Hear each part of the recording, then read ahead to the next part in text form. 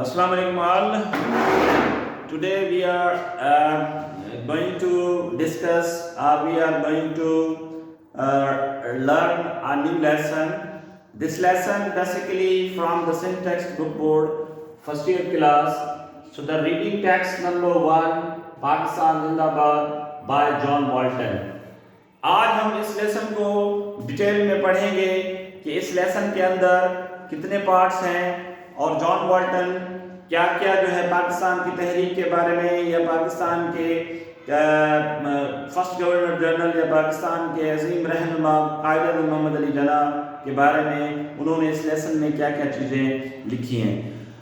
تو آتے ہیں ہم لیسن کی طرف. تو پہلے لیسن کے اندر دو پارٹ پر مشتمل ہے. This lesson is consisted on two parts. دو پارٹ پر مشتمل ہے. پہلا پارٹ جو ہے قائد اعظم محمد علی جناح کے استقبال کے بارے میں جس ڈیٹ پہ قائد اعظم محمد علی جناح کراچی کے ایئرپورٹ پر ماڑی پور میں پہنچے تھے تو اس وقت لوگوں نے ان کا کس طرح سے استقبال کیا تھا اور قائد اعظم محمد علی جناح نے اس استقبال کو کس طرح سے ریسپونڈ کیا تھا اور کس طرح سے اپنی فیلنگز دکھائیں گی اس استقبال کو یا لوگوں کی طرف. تو اس کے ساتھ ساتھ دوسرے پارٹ میں پاکستان کو اچیو کرنے کے لیے، پاکستان کو حاصل کرنے کے لیے جو قائد اعظم محمد علی جناح کے ساتھ ساتھ دوسرے جو لوگ تھے ان کی اسٹرگل اور ان کی جو ہے کوششوں کو جو ہے ڈسکس کیا گیا ہے. تو سب سے پہلے ہم اسٹارٹ کرتے ہیں پہلے پارٹ سے. سو I will read the lesson. میں لیسن کو پڑھتا جاؤں گا. ایک پیراگراف پڑھنے کے بعد میں آپ کو بتاؤں گا کہ ان میں کون سی اہم دو چار چیزیں ہیں یا اس پیراگراف کا کیا مطلب ہے. اس طرح سے ہم اس لیسن کو کور کریں گے. I'm going to start to read the lesson. Karachi August 7, 1947. 7 August 1947 Karachi. A shining silver aircraft circled over the airport of Madipur and came smoothly into land, watched by a vast, excited crowd.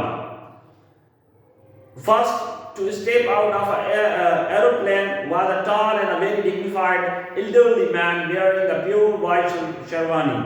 As soon as he approached, the whole crowd roared with one voice, Pakistan Zindabad, Pakistan Zindabad. And every man pushed forward to welcome him, to get up close to him as possible, to see him clearly.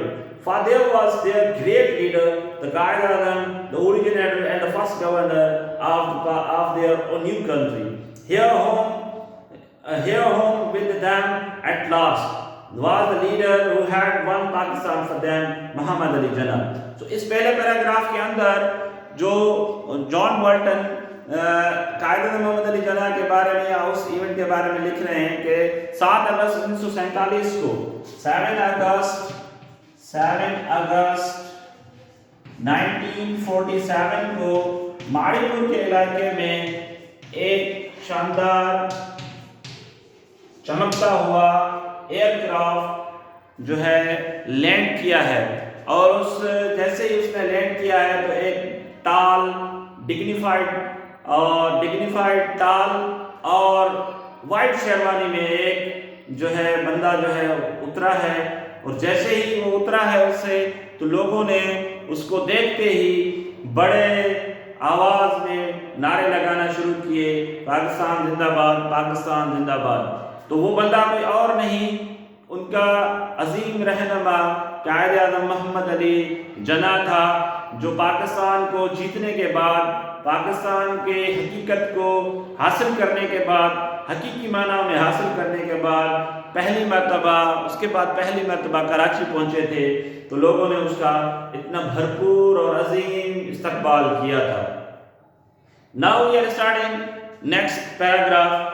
As he drove through the great sea of the people that stretched from the airport to the city, through all the cheers and the tears, joy and the never ceasing cries of Pakistan Zindabad, the Qaid A'zam gave no sign to his feelings.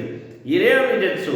If he felt pride or joy in what he had done, he did not let anybody see it. Through all the excitement of those first days in the life of the young nation, the man who had made it possible remained calm, serious, and even severe. Perhaps he was thinking of the thousands who were being attacked and killed on the road and railways as they tried to reach their new homelands. There was much in those days of violence and sadness. Jinnah, who was a man of very strong feelings, although he so rarely showed them, yet those who were close to him on Independence Day sometimes saw for a few moments a happier man. Once he went to the balcony of the government house where he could see without being seen, and he looked down on the crowd still cheering in the streets outside. He smiled. In that smile could be seen the warm-hearted man behind the stern Qaid-e-Azam Muhammad. اس paragraph کے اندر وہ کہہ رہا ہے کہ جیسے ہی وہ لوگوں کے ہجوم کے ساتھ ساتھ اس ایئرپورٹ سے سیدھا شہر کی طرف روانہ ہوئے تو لوگ ایک دوسرے کو دھکا دیتے ہوئے اس کے اپنے محبوب رہنما کے قریب جانے کی کوشش کر رہے تھے. کیوں کوشش کر رہے تھے؟ کیونکہ تاکہ وہ ان کو بہت قریب سے دیکھ سکے اور ان کے بہت قریب جا سکے. لیکن وہ وہاں سے ہوتا ہوا جب لوگوں کے ہجوم میں اور اس ہجوم میں خوشی بھی تھی، لوگوں کو خوشی بھی تھی، لوگ رو بھی رہے تھے، لوگ نعرے بھی لگا رہے تھے، لیکن قائد-اعظم محمد علی جناح نے اپنی فیلنگس کی ان لوگوں کی طرف کوئی بھی ایسی سائن نہ دکھائی جس سے وہ لوگ یہ سمجھیں یا وہ خود یہ فیل کرے کہ اس نے جو کچھ بھی کام کر کے دکھایا ہے اس کے اوپر اس کو فخر ہے. اگر وہ اس طرح سمجھتا کہ اس نے جو کام کر کے دکھایا ہے پاکستان حاصل کرنے کے بعد، اگر وہ ایسا سمجھتا آیا فخر کرتا تو شاید اتنے لوگ اس کے استقبال کے لیے شاید نہ آتے. تو وہ ایک بہت ہی عظیم قسم کا اپنے نیچر میں ایک بہت ہی سیریس قسم کا اور اسٹرن قسم کا اور اس کے ساتھ ساتھ بہت ہی ڈٹرمنٹ قسم کا پرسنالٹی کا پرسن تھا. تو اس نے ان اتنے بڑے لوگوں کو، اتنا ہجوم کو وہ سائن نہ دکھائی، ایسی کوئی بھی نشانی یا ایسی کوئی بھی جو ہے فیلنگس نہ شو کی کہ جس سے اس کو لگے کہ اس نے یہ بہت بڑا کام فخری انداز میں کیا ہے. تو وہ جب وہاں سے لوگوں کے ہجوم میں گورنمنٹ کی بلڈنگ میں پہنچا اور وہاں بالکنی میں پہنچ کر اس نے آخری مرتبہ جب لوگوں کے ہجوم کی طرف دیکھا اور ان کی طرف دیکھ کے مسکرایا اور مسکرا کر ہاتھ ہلا کر اندر چلا گیا. اسی کی اس مسکراہٹ اور اسی کی اس سے ظاہر ہوتا ہے کہ وہ بندہ کتنا بڑا ڈگنیفائڈ تھا، اس کی پرسنالٹی کے اندر کتنے بڑا سیریسنیس تھی اور اس کے ساتھ ساتھ وہ کتنا ڈٹرمنٹ تھا اپنے مقصد میں.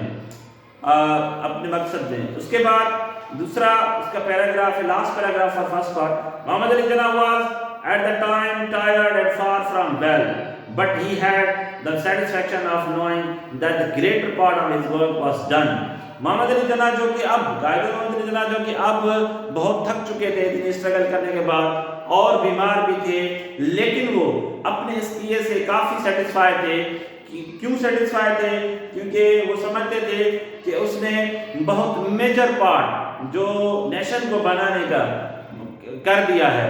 کیونکہ یہ مسلمانوں کا ایک ایسا گروہ اس دور میں تھا جو ہارے ہوئے تھے، جن کو اپنا رہنے کے لیے کوئی جگہ نہیں تھی، جن کو اپنے رہنے کے لیے کوئی گھر نہیں تھا یا کوئی ریاست نہیں تھی. تو قائد-اعظم محمد علی جناح نے اپنے ڈٹرمنیشن سے، اپنے اسٹرگل سے ان ہارے ہوئے گروپ کے لیے ایک نیا ملک بنا کے دیا. By the force of determination and the leadership, people who had once been a small defeated group with a little hope in an empire ruled by a foreign power had become the greater Muslim states and the fifth largest nation. جو group مسلمانوں کا جو پہلے ہارا ہوا group تھا، اب وہ دنیا کے نقشے میں پانچویں نیشن قوم بن کر ابھری ہے. کس کی وجہ سے؟ ایک ڈٹرمنٹ بندے کی، ایک ڈٹرمنٹ بندے قائد اعظم محمد علی جناح کی ہارڈ ورکنگ اور اس کی سخت محنت کی وجہ سے. A few days after landed in Karachi, کچھ دنوں کے بعد ایک مرتبہ پھر جب وہ کراچی پہنچے تو اپنے لوگوں کو اس نے کہا، انہوں نے اپنے لوگوں کو کہا you are free to go to your temples, you are free to go to your mosque or to any other place of worship in this state of Pakistan. کہ اب تم لوگ آزاد ہو، تم لوگ اپنے مذہب میں آزاد ہو. you are free to go to your temples. چاہے تم ٹیمپلز میں جاؤ، چاہے تم مندروں میں جاؤ، چاہے تم مسجدوں میں جاؤ، جس بھی مذہب سے تمہارا تعلق ہے، تم پاکستان کے شہری ہو اور تم اپنے مذہب میں آزاد ہو. اپنی عبادت گاہوں میں، چاہے وہ ٹیمپلز ہوں، چاہے وہ مندر ہوں، چاہے وہ مسجدیں ہوں، گرجا گھر ہوں، ان میں جا کر تم آزادی سے نماز اپنی عبادتیں کر سکتے ہو. You may belong to any religion or caste. آپ کس بھی ذات سے یا کس بھی مذہب سے آپ کا تعلق ہے. We all are citizen and equal citizen of one state. ہم سب سارے ایک شہری ہیں اور ایک برابر کے شہری ہیں اس اسٹیٹ کے، اس ریاست کے. Of course, reminding them of the prophet's teaching that all men are equal in the eyes of God. یہ بات کہہ کر وہ نبی کریم صلی اللہ علیہ وسلم کی اس بات کو، اس ٹیچنگز کو، اس تعلیم کو جو ہے دہرا رہے تھے کہ اللہ کی نظر میں سارے انسان ذات برابر ہیں. تو یہ تھا ہمارا فرسٹ پارٹ، جس میں قائد اعظم محمد علی جناح کے بارے میں ہم نے، اس کی پرسنالٹی کے بارے میں ہم نے ڈسکس کیا. جان والٹن نے دراصل اس کتاب کو، اس لیسن کو، جس کا نام پاکستان زندہ باد ہے، بیسیکلی اس کو بایوگرافیکل لیسن بھی کہا جاتا ہے، کیونکہ بایوگرافی کا مطلب یہی ہوتا ہے کہ جب کوئی بندہ کسی دوسرے بندے کے اچیومنٹس کے بارے میں، اسٹرگل کے بارے میں کوئی لکھے. تو جان والٹن نے اس پہلے پارٹ میں بایوگرافی، قائد اعظم محمد علی جناح کی بایوگرافی میں اس کے ماڑی پور پہ آنے، اس کے استقبال، لوگوں کے استقبال اور لوگوں کو کس فیلنگ کے ساتھ انہوں نے ریسپونڈ کیا تھا، اور اس کے ساتھ ساتھ کراچی پر آ کر لوگوں کو ایک مطلب پھر آ کر انہوں نے لوگوں کو کیا باتیں کی وہ ڈسکس کی تھی. اب اگر ہم پارٹ نمبر 2 پر آئیں تو پارٹ نمبر 2 دراصل کنٹینٹ مشتمل ہے کہ اس میں پاکستان کو حاصل کرنے کے لیے جو اسٹرگل کی گئی، تو مسلم لیگ اور کانگریس والوں کے کیا جو ہے ویژن تھے، یا ان کے کیا اسٹریٹجیز تھیں، یا ان کی کیا باتیں تھیں جس کی بنا پر جو ہے قائد اعظم محمد علی جناح نے اسٹرگل کی، ایک جدا جو ہے نیشن کے لیے ڈیمانڈ کی. اب ہم آتے ہیں پارٹ نمبر 2 کی طرف. It was at Lahore in March 1940 that the Muslim League took the decision that split India into 2 nations. 23 March 1940 کو مسلمانوں نے یہ فیصلہ کر دیا کہ اب انڈیا کو 2 حصوں میں بٹنا ہی ہے. They agreed not to accept any plan for India which failed to give Muslims an independent state in those parts of India where there were more Muslims than Hindus.